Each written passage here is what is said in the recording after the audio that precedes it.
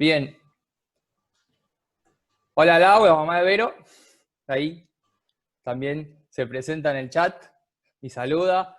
Eh, bien, no sé si la mayoría estuvo en la charla anterior, pero quizás hay alguien nuevo, así que nos tomamos 2 minutos para explicar. Nosotros somos, perdonan lo que ya estuvieron y ya escucharon esta charla muchas veces. Somos Proyecto del Camino, ¿sí? Somos de una parroquia de Capital Federal, Agronomía, Santa Magdalena Sofía Barat, y desde hace ya unos años, después de muchos años de misionar, decidimos trabajar con jóvenes en situación de vulnerabilidad, específicamente para evitar el suicidio, sobre todo en la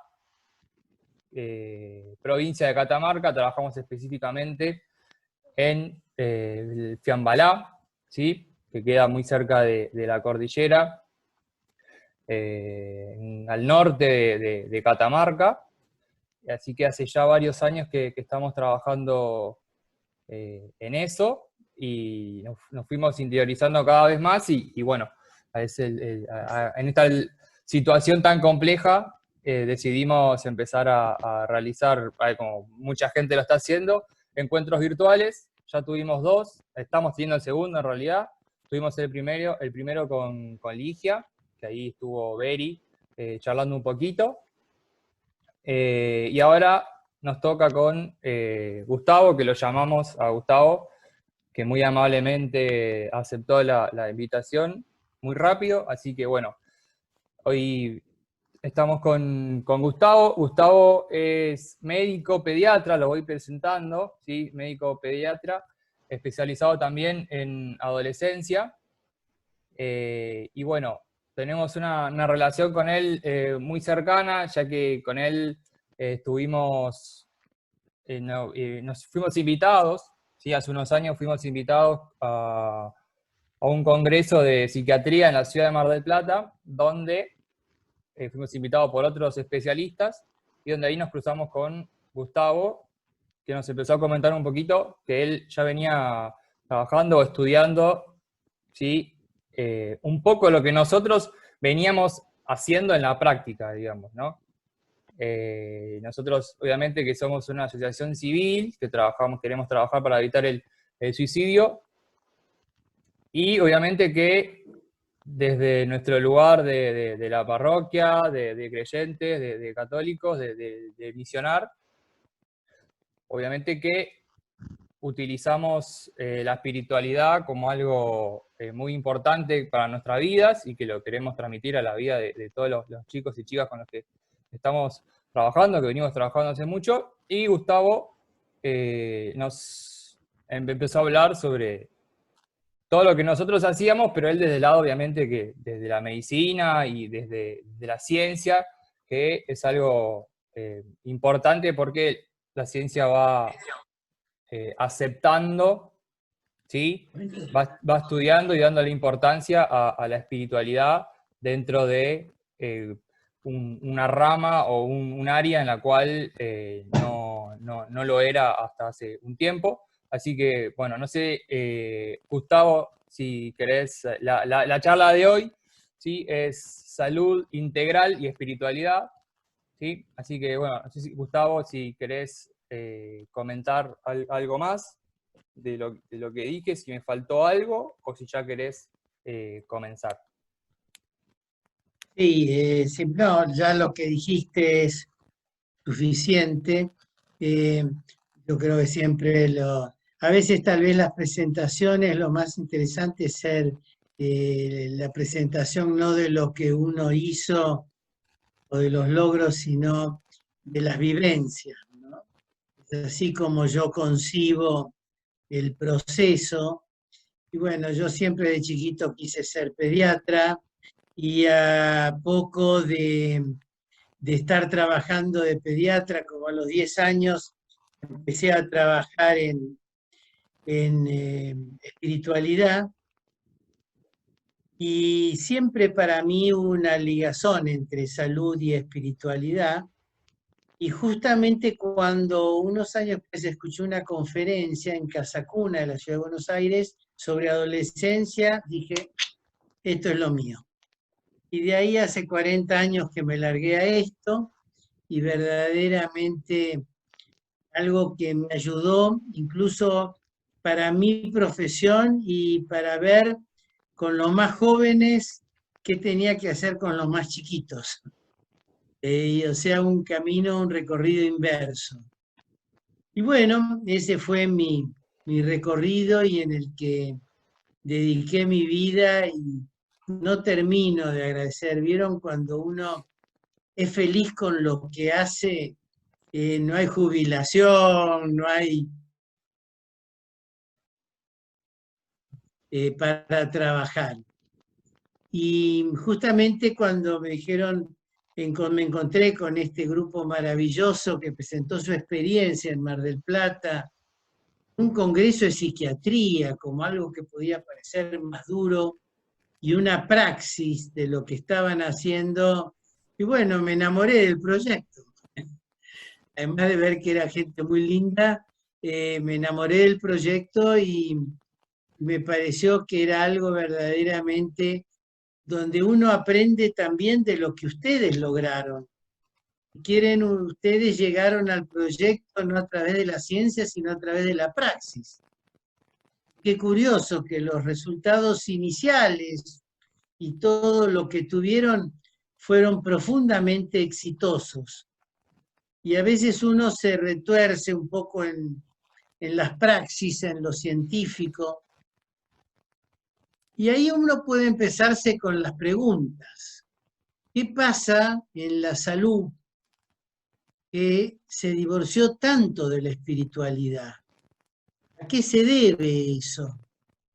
Y bueno, sin pretender dar en esto una cosa que nos lleve demasiado tiempo, si ponemos no 20 siglos, sino 25, 5 o 6 años antes de Cristo, o en las religiones primitivas, el chamán cumplía una doble función, la de ser sanador y de ser el líder religioso de la tribu. Y en la Grecia y 5 siglos antes del nacimiento de Jesús, esto de la salud y la espiritualidad estaban profundamente unidos. Y la praxis del mensaje cristiano con el nacimiento de Jesús es una praxis de un sanador. De un sanador, que Jesús en su, más que hablarnos de doctrinas, de preceptos, de reglamentos, de ética, de moral, curó, pasó haciendo el bien. Ese podría ser el resumen de un Cristo vivo que pasó en el mundo haciendo el bien. Y ese bien lo predicó, lo ejerció y lo ejecutó a través del amor. A través del amor. Y yo creo que los que estamos en un camino hacia la salud, los que estudiamos medicina, los que estudiamos psicología, los que buscamos la salud a través del amor. Y eso es algo que cura. Parece mentira, puede parecer poco científico. ¿Y qué pasó? ¿Qué nos pasó para que hoy en día, desde la ciencia, miraran con recelo si uno hace un profesional médico y doctor en medicina y profesor de la UBA, que llegué a estar a cargo de la cátedra de pediatría del Hospital de Clínicas? ¿Y qué es? ¿Deja de ser científico esto? ¿Cuál fue el divorcio? ¿Por qué se separó la salud de la espiritualidad? Indudablemente con el advenimiento de la modernidad y toda la lo que la ciencia fue aportando, apareció la medicina y que se concretó en los últimos años con la tecnomedicina y la medicina basada en la evidencia. Todo lo que no se puede demostrar, no por la vida, sino todo lo que no se pueda demostrar por un pensamiento científico, está mirado de reojo, de recelo, parece algo que no es muy concreto, y eso indudablemente fue separando las cosas. Pero qué curioso que la gente no lo vive de la misma manera que la ciencia médica a veces lo puede vivir. La gente lo vive distinto. Yo siempre digo que si una persona, y qué decir en época de pandemia tal vez no, pero si una persona por cualquier motivo, hasta por un motivo de causa menor, se interna en una clínica, en un sanatorio, en un hospital, al rato, antes de que los familiares terminen de hacerle la admisión, en su mesa de luz, en el respaldar de su cama, aparece un rosario, una estampita, tal vez un brazalete rojo o una cuestión de la religiosidad popular, de la difunta Correa, algo que está por encima de lo médico y que indudablemente en esa persona tiene una influencia. Y la gente la vive de esa manera. Y la salud entonces se separó de la espiritualidad. El estado de bienestar psico, físico, social es la definición de salud de la Organización Mundial de la Salud. A los que estamos queriendo incorporar también lo espiritual. ¿Por qué?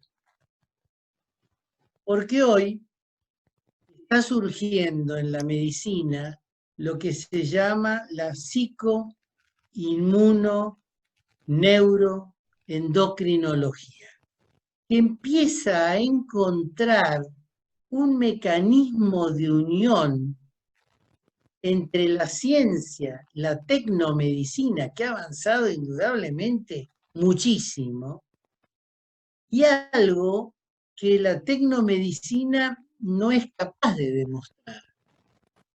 Hoy en día, en enfermedades consideradas otroras como incurables, empiezan a aparecer las remisiones espontáneas.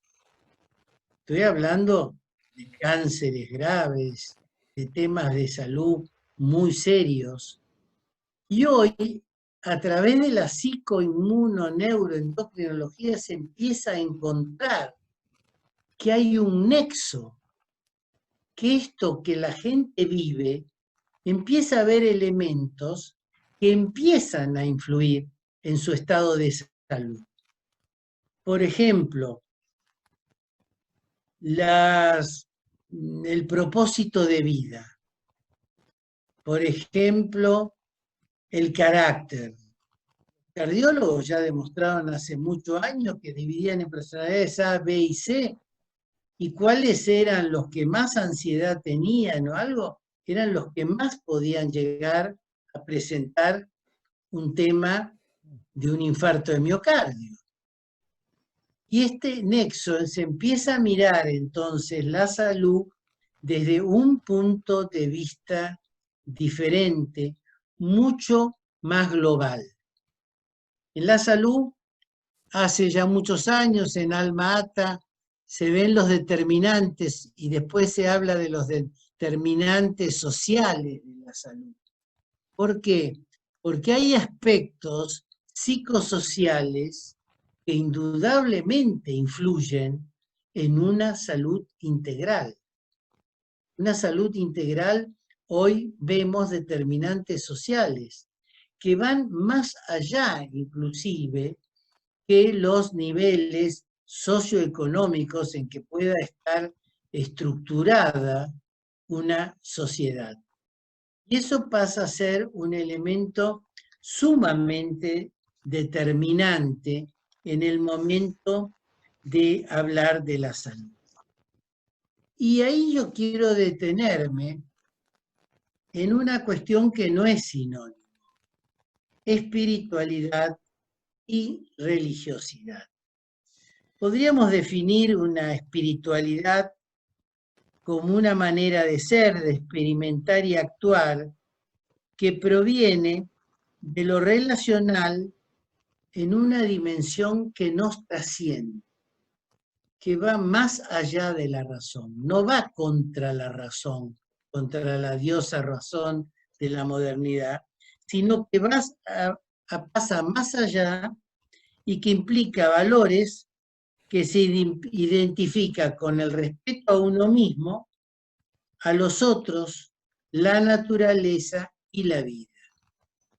Y una espiritualidad amplia y bien concebida puede incluir o no la referencia a un ser superior, que podemos denominar Dios, Alá, Yahvé, o como querramos ser en algún momento. Es así que, por ejemplo, el budismo no implica una religiosidad, que no hay una doctrina, pero sí un estado del ser que llega a una iluminación que no dista mucho de la que pueden experimentar los místicos en toda la historia de la humanidad, ya sean los místicos cristianos, ya sean los místicos del judaísmo, de la cábala, ya sean los místicos musulmanes que llegan en determinados aspectos. La religiosidad implica, por el contrario, esa creencia en un ser superior. Pero ¿qué hay en toda religiosidad? Hay un relato, hay una doctrina, hay un estado, digamos, que implica un rito y, por supuesto, la creencia en un ser superior, en el caso del cristianismo, Jesús, Hijo de Dios, y bueno, con todas las variantes que eso significa. De ya que la espiritual y que la religiosidad a lo que tiende es, o a lo que debiera tender, no es una ley moral, sino es una espiritualidad en sus procesos evolutivos. No los puede tener un niñito de 2 años o un niño de 6, pero ya en la adolescencia y juventud, ahí se empiezan a juntar. ¿De dónde? La religiosidad es un camino no despreciable para nada hacia un desarrollo espiritual, y un desarrollo espiritual puede darse desde otros caminos que no impliquen a través de una religiosidad. Nada más que en ese aspecto me quiero quedar. ¿Y qué pasa? Las causas-efectos de la modernidad en este momento, en el siglo XX, están puestos en duda. De los ciertos postulados científicos puros. Todos recordamos la física de Newton, una causa que se produce un determinado efecto, tiene un resultado, y la clásica de la física newtoniana, la palanca. Si hago un efecto en A, se manifiesta en B, que sube por el otro lado y genera una energía. Cuando en los albores del siglo pasado, siglo XX, surge la física cuántica, ya no se empieza a hablar de energías, mecanismos energéticos, mecanismos no medibles por la física newtoniana. Y esos mecanismos ya sea en forma deleteria, ya sea en forma positiva, empiezan a actuar en la salud. Y esta salud se ve influida por todo. Cuando hace nada más que menos de 20 años se descubre el genoma humano, podemos saber cuál es la predisposición genética de una persona para enfermarse o no. ¿Por qué? Porque sabemos que puede haber una cierta predisposición a enfermedades cardiovasculares, a la diabetes, a la hipertensión arterial, en fin, a múltiples mecanismos. Pero ¿por qué eso se activa o no? Y la genética, y dijimos, bueno, si me hacen un genoma humano, yo puedo vivir pipí cucú varios años más, porque sé que me tengo que cuidar si es diabético en los azúcares, algo así, pero no se da. ¿Qué es lo que se da? El estilo de vida. Y el estilo de vida está por el ambiente. Y el ambioma se empieza a tener una denominación que es la epigenética. La epigenética que me indica de la forma que yo vivo, eso influye incluso sobre mis genes. Y no solo con respecto a mí, sino lo que ustedes jóvenes están haciendo en este momento, para lo que en este momento pueden considerarse el sí mismo, esto se va a transmitir incluso a las generaciones, en la calidad de los genes. Miren la influencia que como una persona vivencia su vida, su propósito de vida, sus creencias de cómo esto va a ser, va a influir inclusive en las generaciones siguientes. Fíjense, mejoramos con la tecnomedicina muchísimo en habilidades para la vida, se mejoró la expectativa de vida, ahora el coronavirus nos afecta a los viejitos, pero bueno, zafan más los jóvenes, siempre los coronavirus afectaron a los niños, no a los viejos. Bueno, ahora nos tocó a los viejos, pero ya viejos, primero vieron que dijeron 60, pasamos a 65, bueno, yo todavía sigo estando en etapa de riesgo, pero saber que como yo esté viviendo, por ejemplo, la pandemia, me puede afectar a mí a favor o jugarme en contra de algo que me ponga en más peligro de que si contraigo el virus pasar una situación de riesgo. ¿Qué se identificó como algo terrible? No tengan miedo. Y hoy estamos ante una sociedad que está sumida en el pánico y en el terror de enfermarse. Y los viejos sí.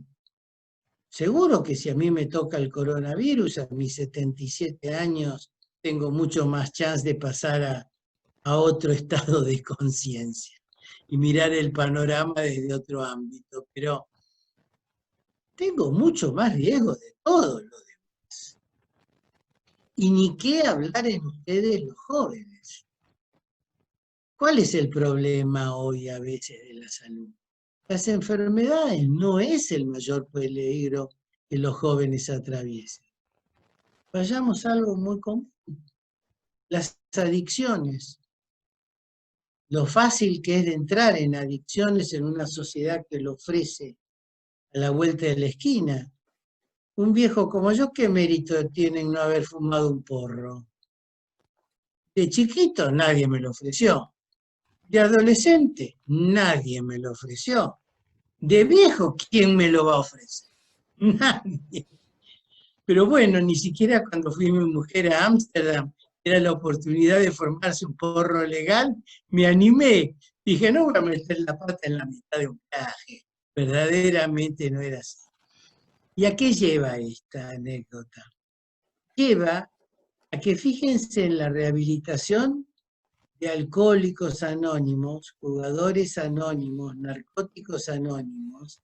Los 10 postulados tienen una base espiritual, muy unida en muchos aspectos a lo religioso, pero tienen una base espiritual. Y ni qué hablar en lo que ustedes están trabajando, este grupo de pastoral, donde unen la espiritualidad. ¿Y qué fue lo que les salió al encuentro en su campo de misión? Que estaban en un lugar donde la gente, y los jóvenes especialmente, estaban suicidándose por falta de un propósito de vida. Vuelve a aparecer ahí desde otro ángulo también la espiritualidad, porque ya es la carencia del propósito de vida y la desesperanza total, hasta de lo que puede ocurrir después de la muerte. O al menos para no encontrarle sentido al sufrimiento. Si no tiene sentido el dolor, y el dolor no es solo producto de una enfermedad, es un dolor social, es un dolor cultural, es un dolor espiritual, es un dolor moral. Son todos los dolores que hoy en día la humanidad afrenta. Y esta humanidad que se declara orgullosamente sin Dios, ¿no será tal vez la causante que mueran anualmente 800.000 personas mueren por suicidio y hay un subregistro en el mundo actual? Ricos, famosos, pobres, marginados, no marginados, excluidos, incluidos. ¿Qué pasa? ¿Qué nos está pasando?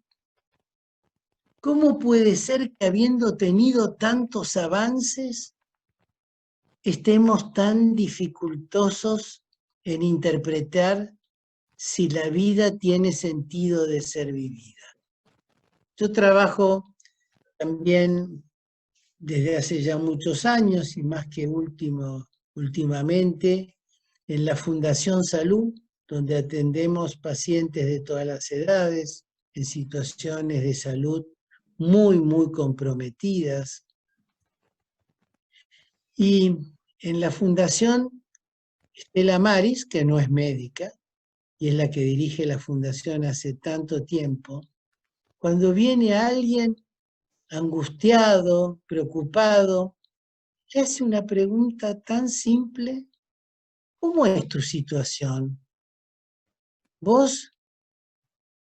Y porque yo con el diagnóstico que me dieron pienso que me voy a morir. Pero, ¿cuál es tu problema? ¿Hoy te vas a morir? No, bueno, a ver, no exageremos, hoy no. Y bueno, todos somos terminales en la vida. Y ahí empieza a indagar y dice, ¿y vos qué tenés miedo? ¿Tenés miedo de morir o querés vivir? Porque es diferente. Si una persona quiere vivir, va a tener mucho mejor pronóstico en la peor de sus enfermedades. Si en cambio solo lo que tiene miedo es a transitar el paso, no va a tener resultado tan parecido. Y eso es lo que a veces los médicos de la tecnomedicina cometemos el error de que no tenemos que matar la esperanza. No tenemos que matar la esperanza. Si el médico pone como el emperador romano que esperaban que hiciera así para perdonar al gladiador o así, eso marca una diferencia. Que ustedes, chicos, en Fiambala, sin ninguna preparación al respecto, solo meterse en un tema como el suicidio, solo la bienvenida inconsciencia juvenil lo llevó a meterse en eso. Y tuvieron éxito. Tuvieron éxito. No, no la creamos de que porque ustedes pasaron Fiambalá nunca vaya a tener ningún caso más. No, puede volver a. Tampoco somos omnipotentes. ¿Y qué hicieron? ¿No será que brindaron compañía, brindaron amor, brindaron cariño, brindaron afecto, brindaron acompañamiento? Mirá, yo no te puedo. Brindaron escucha. Por ahí se limitaron a escuchar. Son actitudes sanadoras. Los médicos curamos a veces, pero si podemos acompañar en el momento de dificultad de las personas, de las familias, somos sanadores. Ustedes saben que Jesús en sus milagros muy pocas veces obró como hijo de Dios. Fíjense en el 80-90% de los milagros ¿qué dice él? Vete, tu fe te ha salvado. Tu fe. No es yo te curo. En el muerto no le quedaba otra, pero en, en, es tu fe te ha salvado. Incluso a los que él no vio el paciente, ni lo tocó, ni nada, y fue el centurión corriendo. Y el centurión no era religioso, no era de la tribu de Israel, nada, nada, fue y a esa hora se había salvado, porque él creyó y ahí se salvó. Bueno, ese sería el mensaje que yo diría para la unión de la salud, la espiritualidad. No es un auxiliar, no es algo que ayuda, y volvamos al primer relato del rosario, y no es para desmerecer eso. Si esa persona cree en eso, ya tiene algo en que asirse, ya tiene algo, y no es nada magia negra ni nada que se le parezca, es creer, creer, y ese creer se transmite a su potencial. La persona que cree en su salud, en lo que sea, en la divina providencia, en algo que respeta el misterio, ya tiene gran parte del camino recorrido. Bueno, hasta ahí quería llegar, perdonen, me extendí un poquito más de lo que le había prometido a los muchachos, pero me parecía que era difícil a veces cerrar esto en una charla. Pero yo creo que lo más enriquecedor pueden ser las preguntas de ustedes, así que Sí, si igual pueda contestar. estamos, primero, Gustavo, muchísimas gracias por todo lo que nos transmitís y por todo lo que también siempre nos decís. Me quedo sobre todo con lo del final, quizás, cuando hablas del acompañamiento, que es un poco lo que más nos caracteriza, porque si bien dentro del grupo que seremos hoy 10, 12 chicos,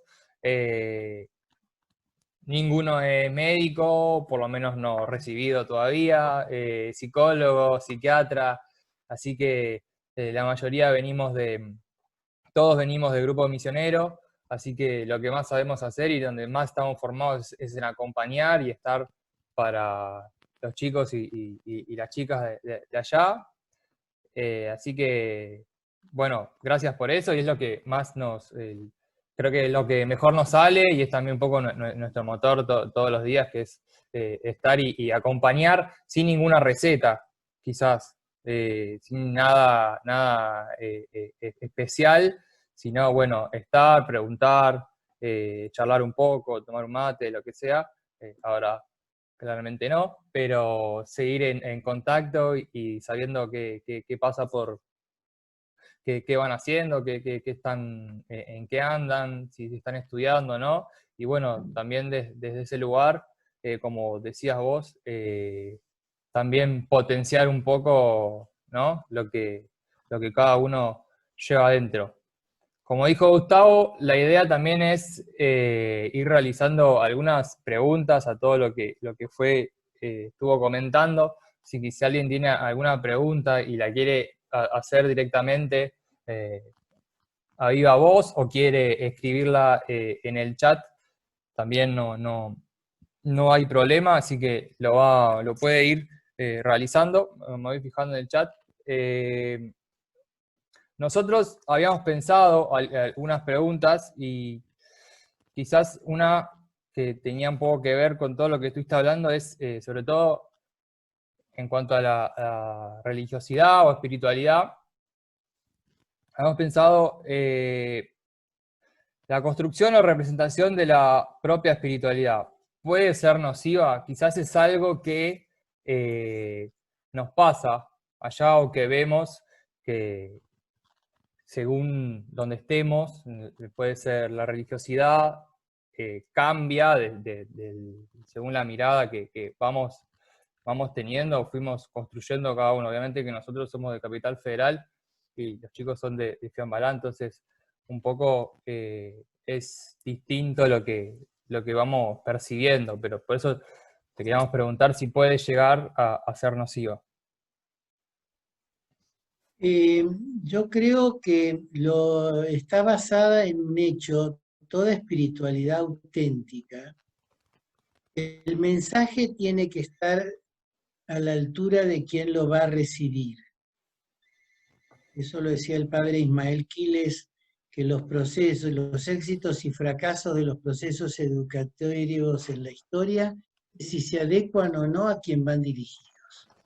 Ese es un punto, y que en diferencias culturales o sociales a veces no está tan fácil, pero hay mensajes que son universales. Y lo primero que hay que hacer es escuchar y después respetar. No tenemos derecho a no respetar. Yo creo que no es la espiritualidad que pueda ser nociva, sino en cómo la ejercitamos, ¿no? Si nosotros queremos poner nuestra espiritualidad ante la otra persona, sería una imposición y la estamos avasallando y no la estamos respetando. Y ahí vino también un cambio, otra cosa que para los que somos viejos cristianos o católicos, son unos cambios tan maravillosos que estamos viendo en el momento actual. Y está dado por el diálogo interreligioso y el ecumenismo. Nosotros vamos a un lugar y yo me acuerdo que les pregunté a ustedes si hay un evangélico y eso, no es querer llevar a nuestra doctrina, querer llevar para un redil, eso nos puede dejar un poco nuestro propio ego, pero lo que tenemos que hacer es respetar la creencia que esa persona, en su creencia, verdaderamente sea coherente. Porque lo interesante de la espiritualidad es la coherencia entre lo que pensamos,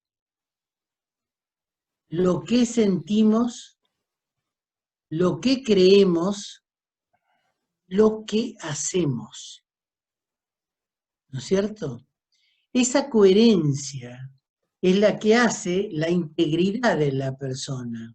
Y la integridad de una persona es de por sí una definición de salud. El lío lo tenemos cuando no estamos de acuerdo con nuestro sistema de creencias y nuestro accionar. Ahí armamos lío.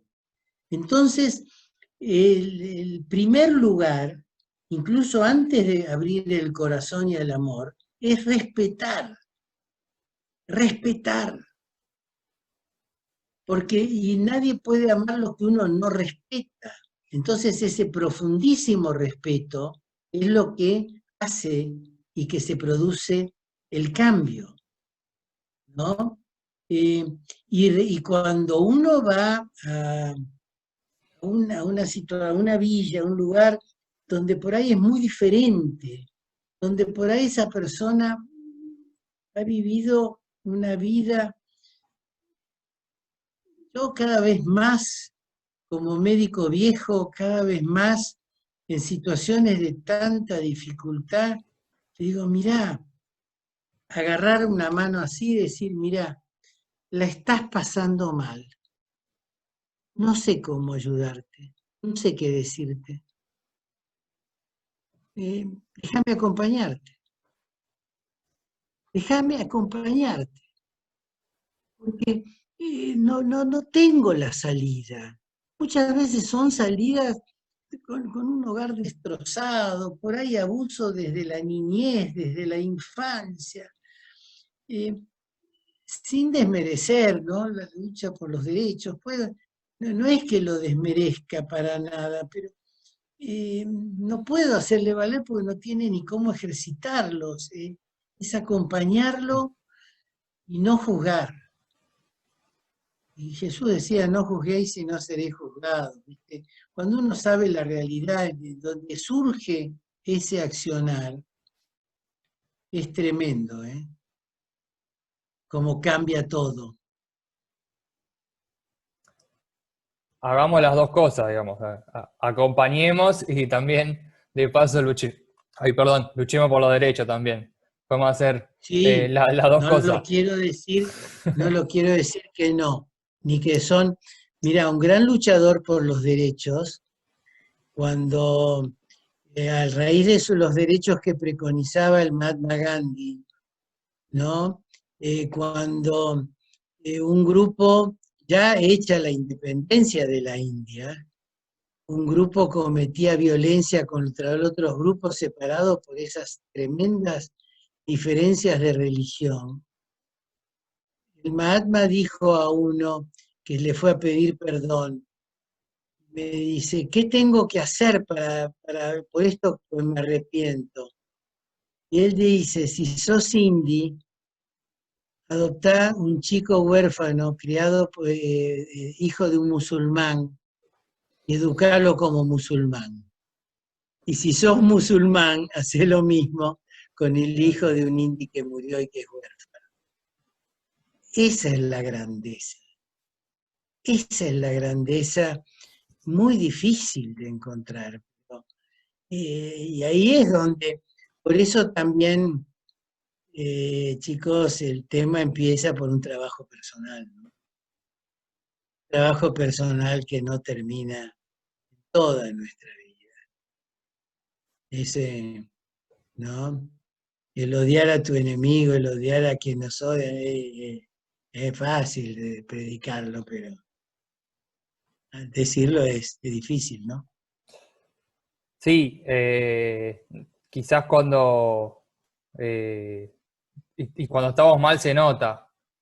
Eh, Quizás vamos para allá o estamos cansados y vamos viendo distintas cosas que después tenemos que ir trabajando también nosotros en lo personal y cuando también vamos escuchando a los chicos también de cosas que nos van interpelando también a nosotros, que también nos hacen trabajar cosas adentro nuestro, ¿no? Sobre todo cuando vamos a los retiros y los escuchamos, que cuentan muchas cosas muy personales, digamos. ¿Sí? Tenemos otra pregunta, ¿sí?, que hace Vane, que dice: yo quisiera saber si un adolescente que tiene problemas con la comida, ansiedad, obesidad, también puede ser tratada a través de la espiritualidad, ya que no nos funciona con los nutricionistas. Mirá, es lo mismo que yo les dije del cáncer.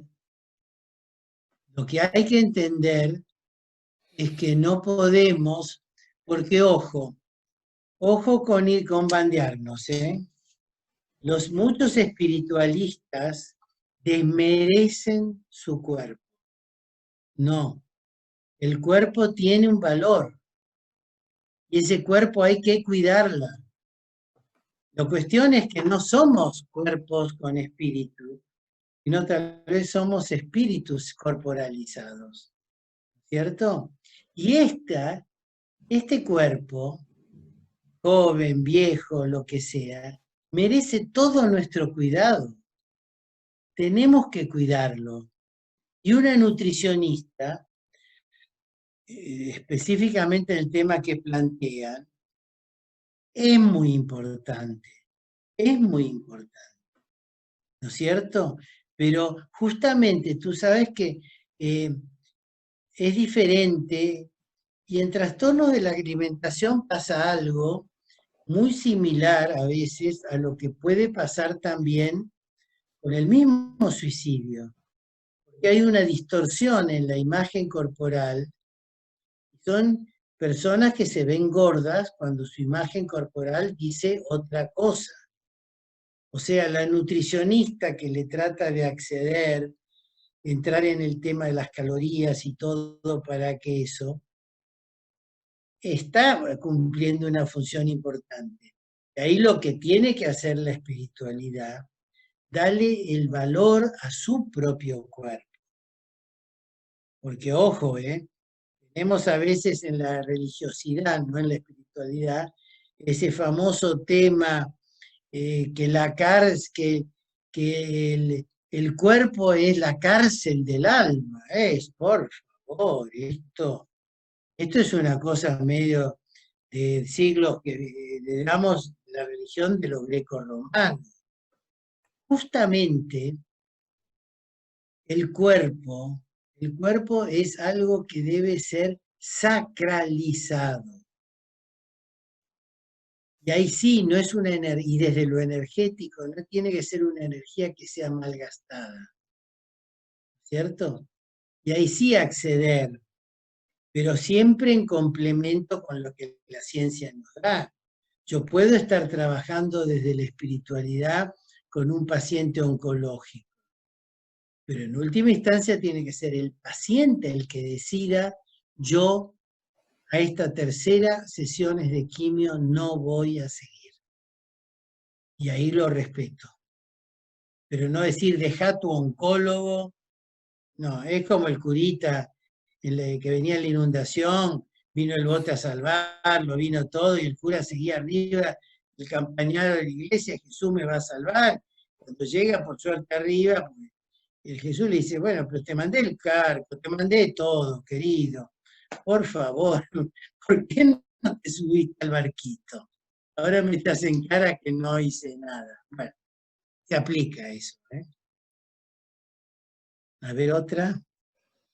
Ahí está Fernando, creo que está citando la Laudato, si no me equivoco, y si Joaco me da el ok. Ahí, bueno, Vane dice gracias, te agradece por la respuesta. Y nosotros teníamos, ahí Laura tiene una pregunta más. Lau. Perdón, con la Laudato que citaba de la Laudato, porque es algo que como esa encíclica desgraciadamente es muy larga, fue leída con mucha superficialidad, pero por favor, es la casa común. Leonardo Boff decía que tenemos un compromiso con el prójimo y tenemos un compromiso con la causa común. Y por algo Francisco se pone el nombre de San Francisco, que era la casa común, ¿no es cierto? Y todo era el hermano Sol, la hermana Luna. Esa encíclica es una maravilla que creo que es de lectura obligatoria. Y desgraciadamente, como muy grandota, pero habla hasta de los microorganismos, es una belleza.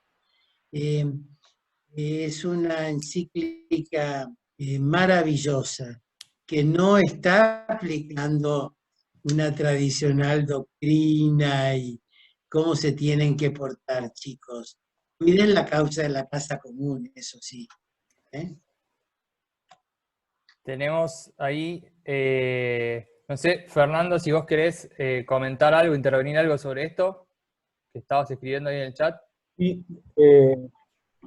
sí, disculpen, no tengo cámara, por eso, pero quería primero felicitarlo al doctor, porque me parece que el enfoque que le dio y la idea de espiritualidad que plantea, la compartimos acá con Aldo y con los que estamos mirando, la compartimos absolutamente y es la base para poder lograr acuerdos, digamos, no podemos hablar de espiritualidad en la salud si no tenemos en claro la definición, o sea, qué es la espiritualidad para nosotros, porque algo dijo el doctor al principio respecto a la medicina basada en la evidencia.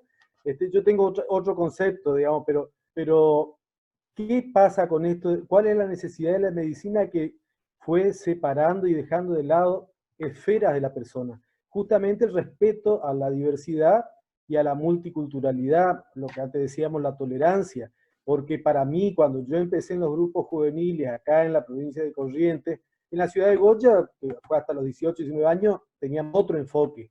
Pero en la provincia de Corrientes, acá se da este choque que decía entre la ortodoxia y la ortopraxia. En Goya, en la diócesis de Goya, teníamos una gran ortopraxia.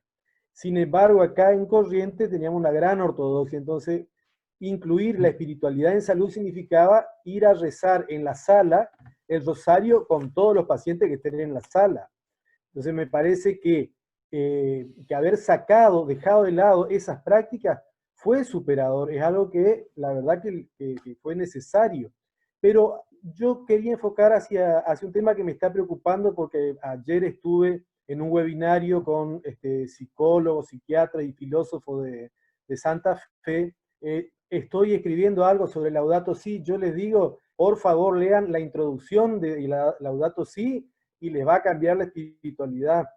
No hace falta que la lean completa, solo la introducción alcanza. Pero ¿cuál es el tema que me parece que está detrás de esto cuando hablamos de espiritualidad? Es la relación del todo y la parte. ¿Qué disciplina, qué área de nuestra vida se ocupa del todo?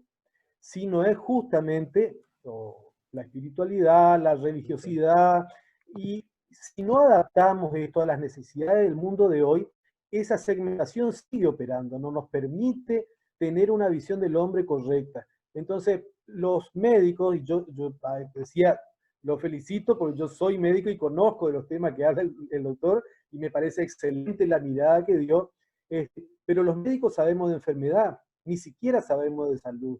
Entonces, me parece que esta búsqueda de ustedes, yo me acerco a la salud y por eso preguntaba si el doctor era del Hospital de Clínica de Buenos Aires. Yo estuve internado en el Hospital de Clínica de Buenos Aires con el doctor Cambiani en el 76. Mi primera relación con la salud fue como paciente.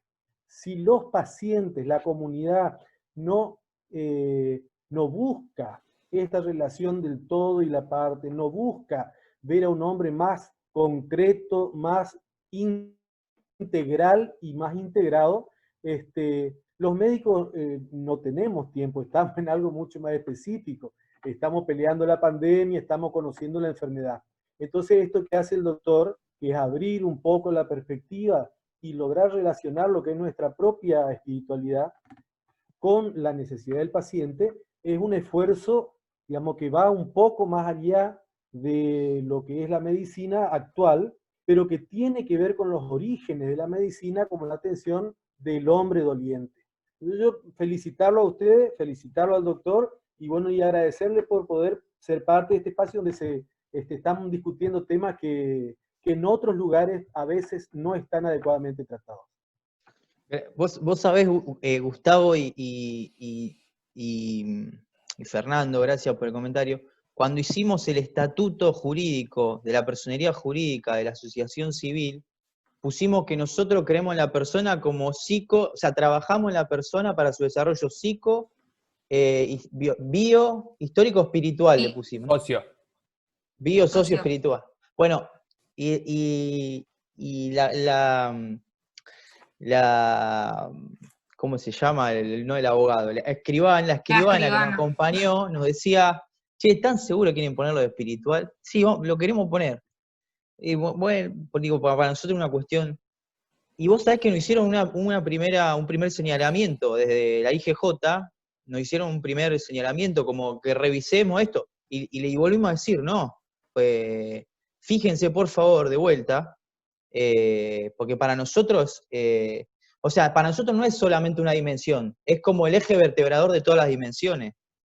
Pues bueno, ese es el segundo paso, si querés, de militancia. El primer paso es empezar a decir, che, la espiritualidad es parte de la salud. Bueno, muy buenos los dos aportes.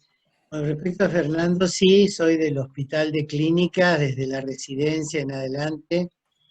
Estuviste en el 76, era el doctor Cambiano, el que estaba en pediatría, yo estaba con él también. Pero a lo que voy es esto. Ahora cuando me tocó estar a cargo de la cátedra de pediatría en el Hospital de Clínicas,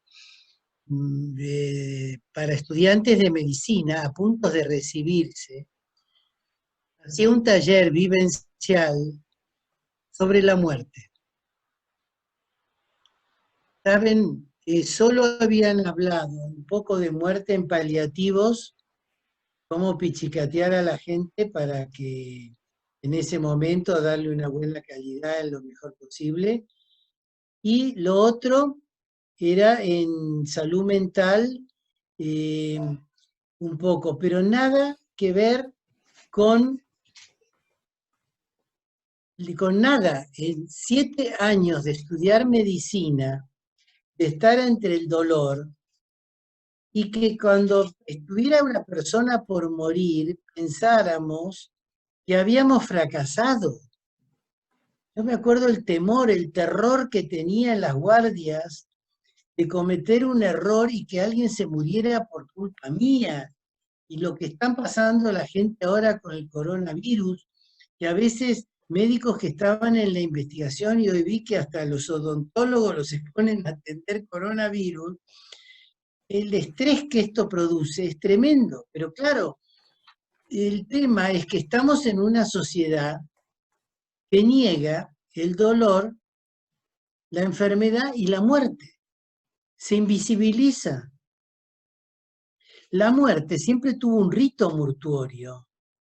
Ahora con el coronavirus ni siquiera tenemos el rito. Y entonces los estudiantes, al terminar el taller, yo les preguntaba, ¿y ellos cómo les gustaría morir? El 80% me decían que ese momento pasara desapercibido. Esto es terrible, porque ¿cómo podemos, si un médico que está en contacto con la posibilidad de la muerte no tiene un encuadre ante la muerte, cómo podemos pensar que vamos a trabajar de otra forma con los pacientes? Y ya sea o le ocultamos, o le negamos, o no le decimos, lo engañamos, y si vemos que ya está en las últimas, la pichicata, para quitarle.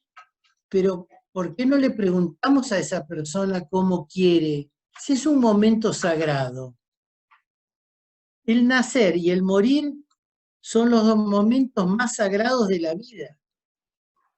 Nos metimos ahora en el parto humanizado para el nacimiento, pero nos falta la muerte humanizada. ¿Qué mejor que despedirse, que estar en su casa, que despedirse de sus seres queridos? Y esto es propio de todas las religiones. ¿Cómo podemos seguir? ¿De qué sirven nuestras religiones si creemos que el morir es una cosa que me porté mal? Por favor, es imposible de poder atender.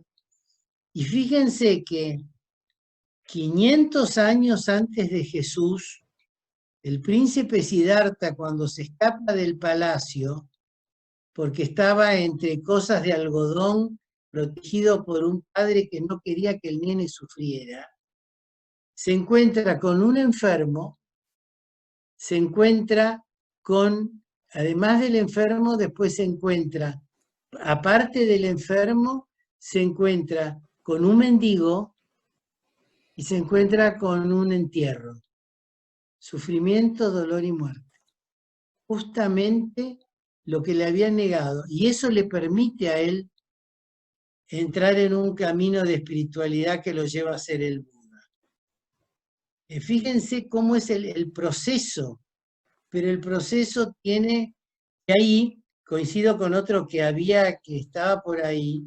Por eso, chicos, y yo no tengo ningún apuro, pero no sé ustedes cuándo terminan, pero también cuídense ustedes, porque en el camino en que ustedes están, no se metieron en algo donde la sociedad, como la escribana, como el médico, parece que esto no lo tiene en cuenta, ¿no?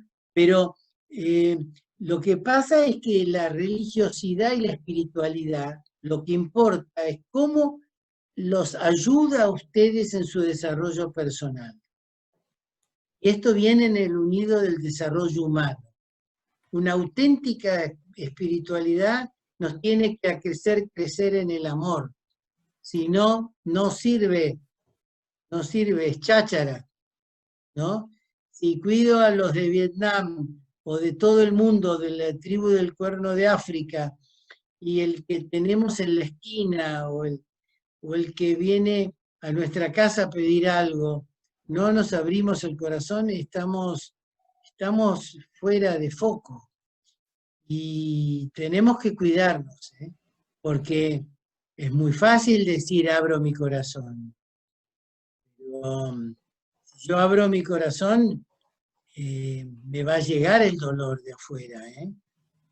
No es fácil de digerir siempre, sobre todo cuando viene de una injusticia humana, cuando viene de unas situaciones avasallantes de las personas.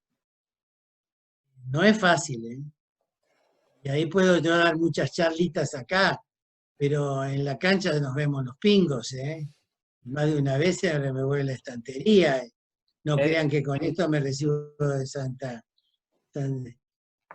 Juana o qué sé yo. Es difícil, a veces hay ciertas situaciones que se complican y que varios de nosotros las hemos vivido y ahí es donde nos damos cuenta, bueno, la complejidad de lo que, como decís vos, donde nos metimos y estar en esas situaciones donde hay que sacar herramientas de acompañamiento, de amor, de sostener al otro, que es difícil y en esas situaciones donde se vive tensión, donde se viven muchas cosas. Así que bueno, muchas gracias de nuevo. No sé, Lau, así cerramos con la pregunta que tenía Laura para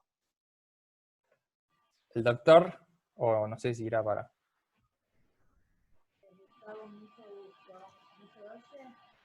No, poquito, muy poco. Ahí creo que sí. No. Mejor. Bueno, los viejitos no nos amigamos tanto con la tecnología. ¿Se escucha? Se escucha Muy bajo. bajo, muy bajo. Si Pero querés... lo suficiente, yo que soy medio Ok, sorda escucho. ahí está, Gustavo está escuchando. Es mucho decir. Sí, ahí un poco. Si hablas fuerte, Lau, si hablas bien fuerte, más o menos llegamos.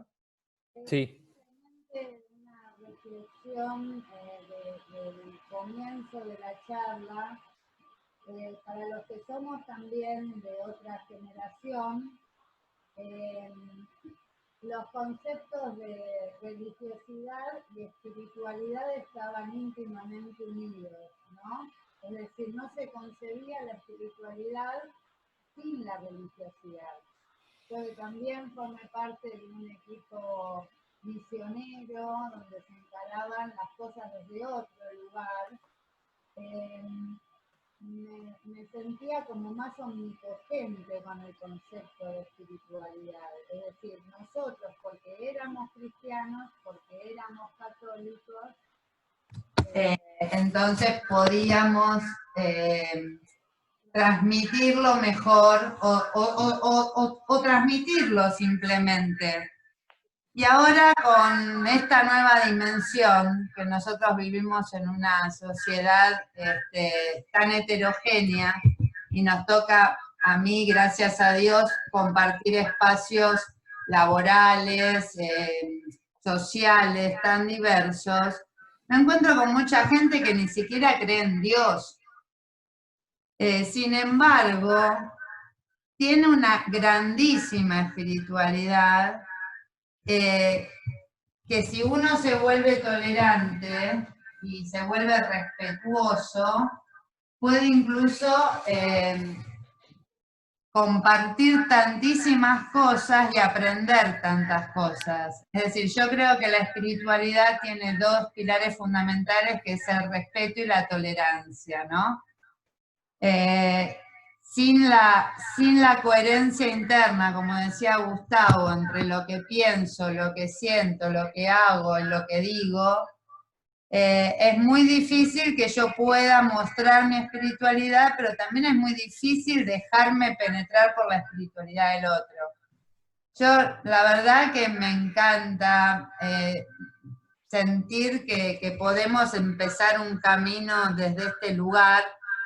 Recuerdo perfectamente el estatuto fundacional del Camino porque, bueno, como abogada estuve leyéndolo varias veces con los chicos y sentí en ese momento que era revolucionador porque ellos creían firmemente en lo que estaban diciendo. Y a veces uno puede decir, me parece que estos chicos están confundiendo un poco las palabras o quieren darle un vuelo a esto que están diciendo, y eso porque no conocían la entraña del proyecto, es decir, entendían perfectamente de qué se trataba y cuál era el objetivo claro. Así que nada, era un mero aporte de los que somos de otra generación y que tuvimos que aprender a veces a los golpes que el pensamiento único no existe y que la riqueza está en la diversidad, ¿no? Más cuando se habla de estos temas de espiritualidad o desarrollo personal, ¿no? No desde la ciencia, no desde la razón, no desde la inteligencia, sino desde la trascendencia personal. Así que era un aporte, no una pregunta, Gustavo. Preguntas tendría 1.000.000, pero tendrían que ser en otras charlas de horas y horas, porque es muy vasto y muy interesante lo que proyectas. Gracias.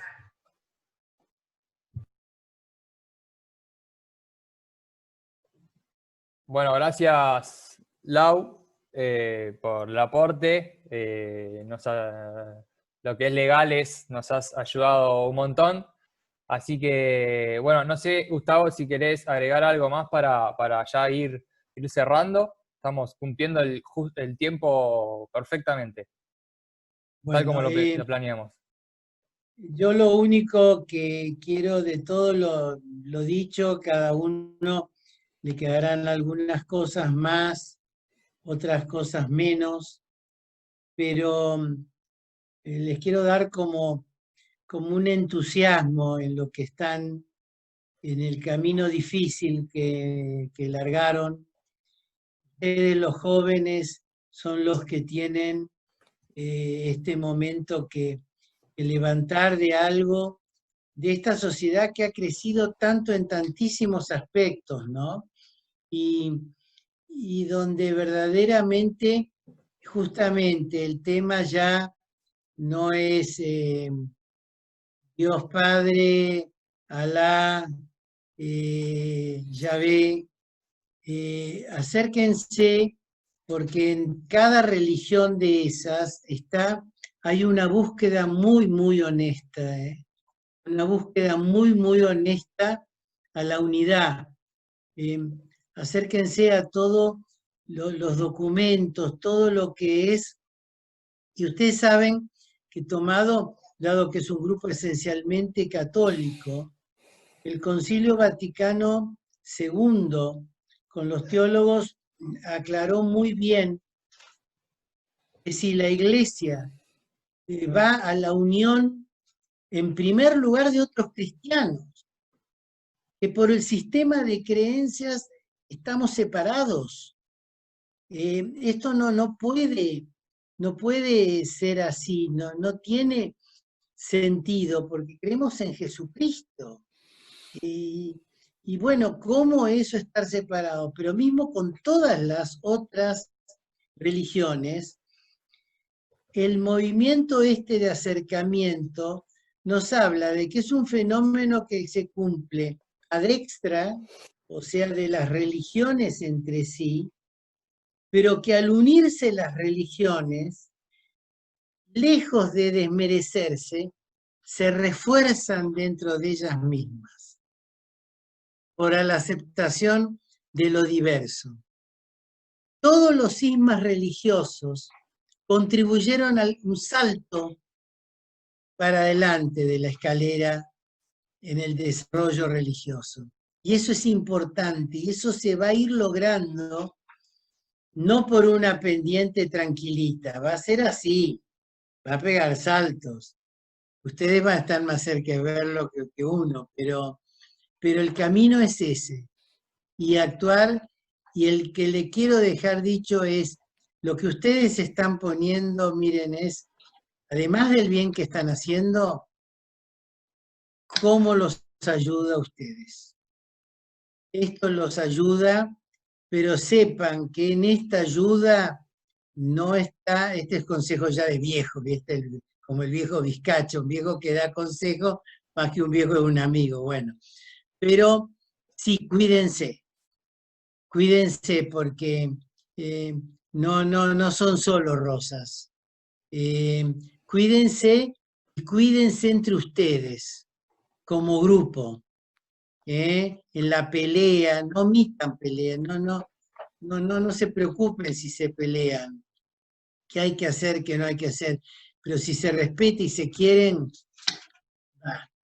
y eso sí, si alguno se siente mal, no se quede solo, no se quede nunca solo, porque el grupo en ese sentido es muy sanador, ¿no es cierto? Los abrazo virtualmente. Me gustaría, no saben, como en todos estos encuentros, qué lindo cuando uno se da esos abrazos que no se olvidan, ¿no?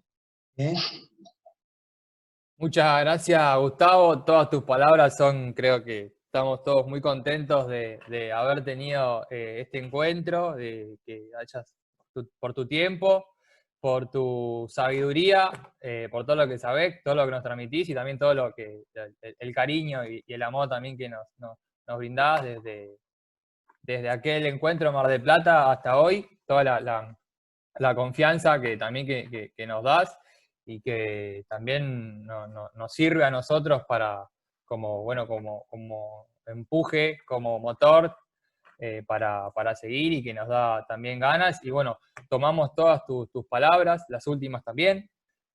Así que te agradecemos de parte de todo el Proyecto del Camino por tu tiempo nuevamente y por compartir con nosotros y seguir acompañándonos, nosotros a vos y vos a nosotros. Así que muchas gracias a todos los que estuvieron, que fue 1 hora y media, así que muchas gracias por estar, por no abandonar. Así que nos vemos, vamos a seguir, ¿sí? Invitando amigos, invitando gente de nuestro entorno, a la cual queremos mucho, la cual creemos que también tiene mucho para compartir. Así que bueno, muchas gracias. Esto queda grabado, ¿sí? Lo grabamos, queda en YouTube, así que si tienen alguna duda, si se perdieron alguna parte, pueden ir a nuestro canal y poder ver la charla completa de nuevo. Así que bueno, muchas gracias y vamos a seguir publicando en las redes en este tiempo si hay alguna charla más. Así que bueno, muchas gracias de nuevo. Gracias a todos, gracias a todas. Gracias, Gustavo. Gracias, Vasco, gracias a todos. Abrazo virtual.